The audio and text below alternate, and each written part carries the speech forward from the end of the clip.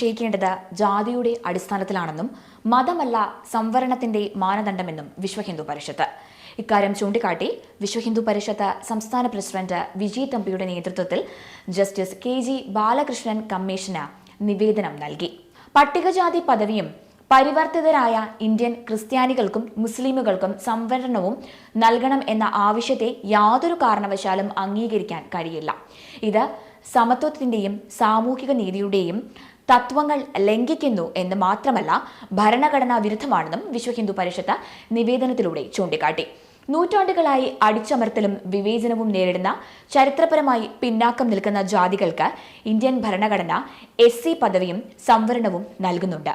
അതേസമയം പരിവർത്തിതരായ ക്രിസ്ത്യാനികൾക്കും മുസ്ലിംകൾക്കും ഈ മാനദണ്ഡത്തിന് അർഹതയില്ല. ക്രിസ്തു മതത്തിലേക്കോ ഇസ്ലാമിലേക്കോ പരിവർത്തനം ചെയ്യുന്ന വ്യക്തികൾക്ക് SC ആനുകൂല്യങ്ങൾക്ക് അർഹതയില്ല.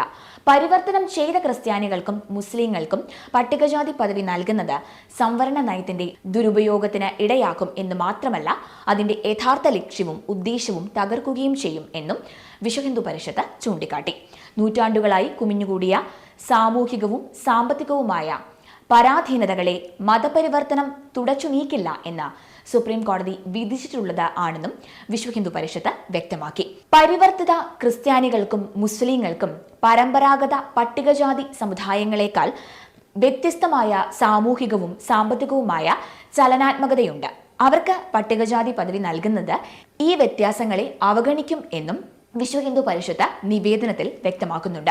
ഇന്ത്യൻ ഭരണഘടന അനുശാസിക്കുന്ന തുല്യത, സാമൂഹിക നീതി, നിയമവാഴ്ച എന്നിവ ഉയർത്തിപ്പിടിക്കാൻ കമ്മീഷൻ തയ്യാറാകണം എന്നും VHP ആവശ്യപ്പെട്ടു.